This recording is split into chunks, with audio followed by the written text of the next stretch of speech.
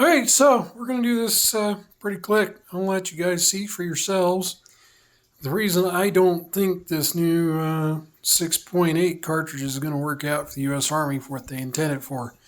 I think that it could be a phenomenal replacement for the 308 or 7.62 by 51 NATO. I'm not entirely sold on the idea of having the whole United States Army move over to it. I think it could make a good belt-fed round.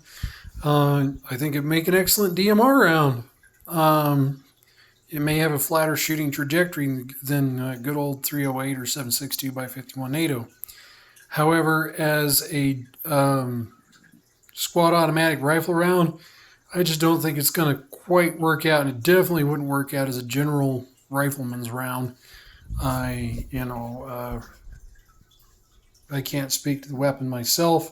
I retired from the United States Army in 2018. The vast majority of my time was spent as a unmanned aircraft pilot flying RQ-7B Bravo Shadow aircraft in Iraq and Afghanistan. So I can't stake to the fact that I never had to hump this crap all over Afghanistan or Iraq because I was flying drones while I was in Afghanistan and Iraq. But here we all see for ourselves. So some of this may not be exact bullet-to-bullet mil comparison, but this is to give everybody a rough idea what this really all weighs. So here we have it's a 147 grain 308 round. So I have a 369.4 grains, so to make it easy to remember, we'll call it 370 roughly. Okay, so now we have two SS 109s, I think is what these are. 62 grains. So we're going to call that roughly 361. So yeah, so two of these, once again, lighter than that one brown right there. Okay, so now I haven't done this off camera, so we'll go ahead and see what these two weigh.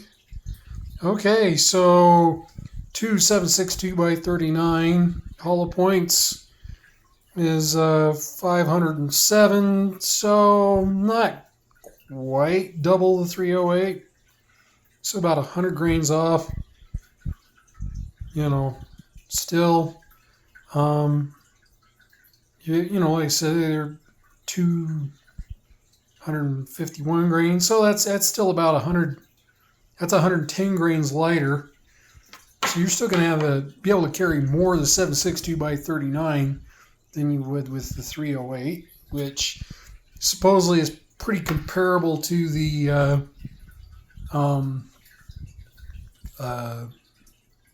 6.8, I guess, as far as weight. But just give one more here. So this is a Russian surplus military 7.62 by 54R. So we got clocked in at 341.8 grains. So we'll go back over here to the 5.56 one more time because I don't quite recall anyway. Okay, so we're still, we're still getting almost 2-to-1 ratio for the 5.56 versus our adversary round. And then this is probably the most inaccurate of the bunch, but I mean, heck, U.S. Army used 30-06 for a very long time. So 419 grains. Now that is a 165 grain bullet, so you can take 15 grains off of that for military loading. So we'll call that, because I think military loading was 150 grain bullet.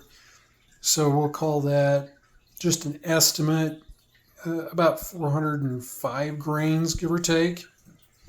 So,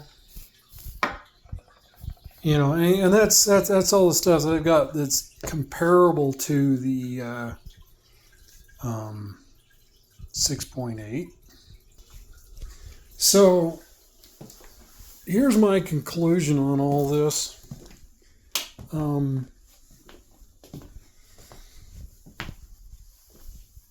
7.62 by 39, obviously, in the right rifle is capable of one MOA groups at 100 yards. I don't have a rifle that can do that, but doesn't mean that they aren't out there. A gentleman says he's getting 1.5 to 2 MOA out of a M7 civilian copy. So this is the conclusion that I'm going to come up with you based on just what we've seen in this experiment on the scale. You roughly are going to get about a third, 7.62 by 39 is about a third less the weight of a 308 round, or 7.62 by 54R. And the 5.56 is obviously less than half the weight of a 7.62 by 51R round. So with this in mind, do I think the new 6.8 round is going to be the do-all? No, absolutely not. Inquisitively not. Could it replace 308?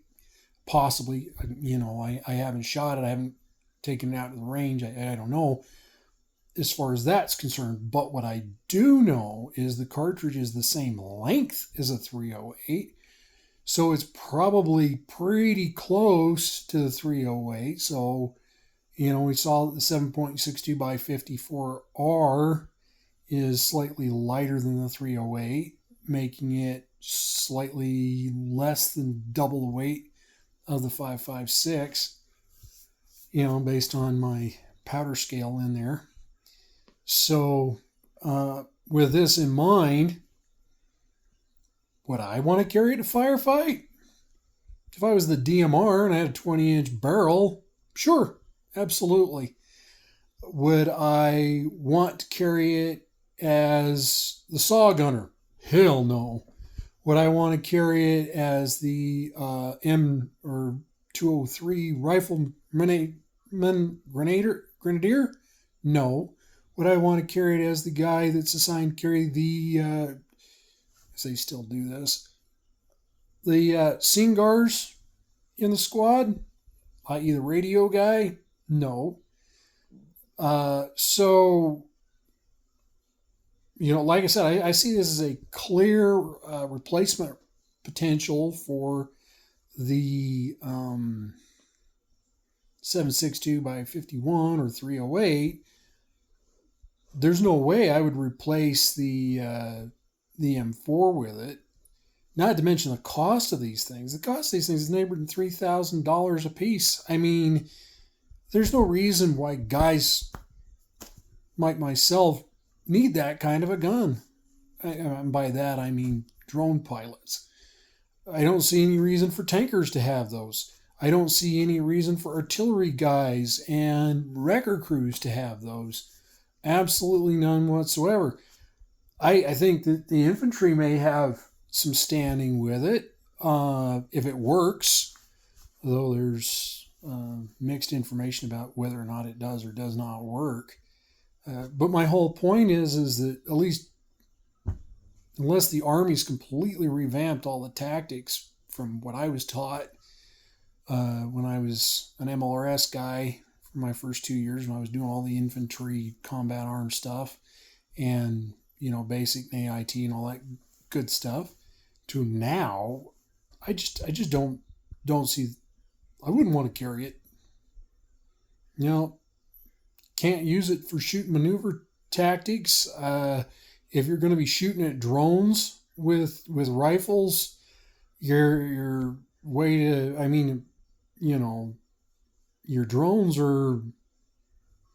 I got a cheap one years ago over at when Toys R Us was dying, and I just 5.56 can reach out 300 meters, and I can't imagine you're going to be doing anything but belt fed trying to shoot them down. So I just don't see it, guys.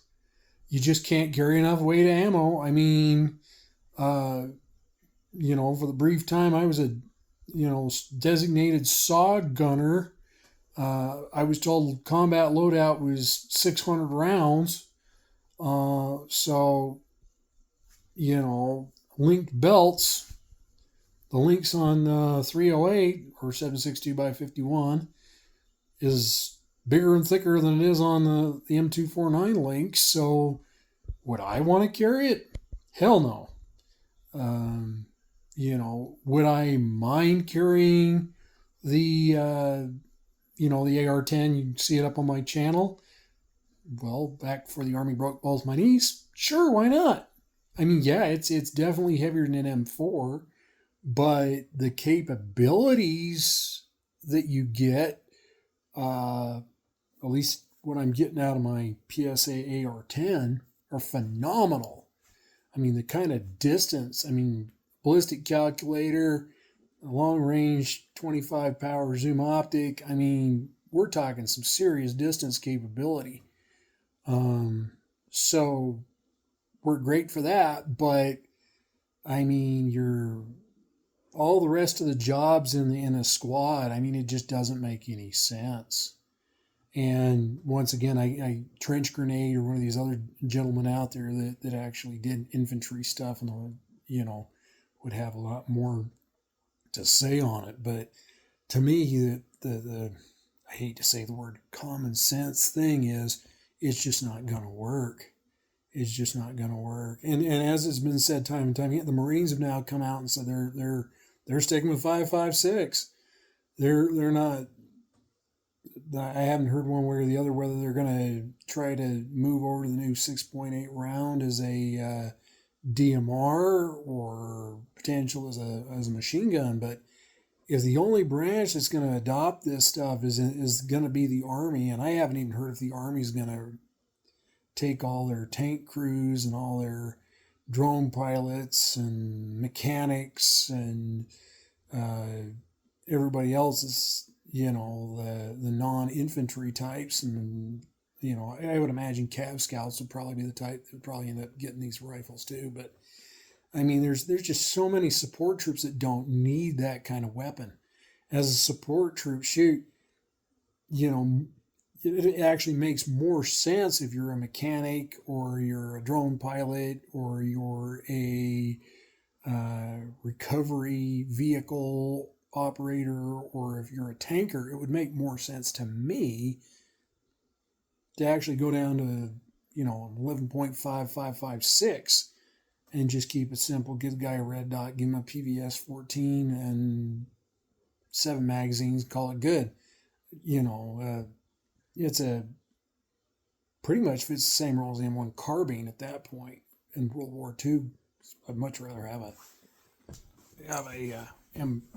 AR in 5.56 with M193s than a friggin' M1 carbine. But the plain fact of the matter is that it just really doesn't make any sense to switch to this new round or this new rifle.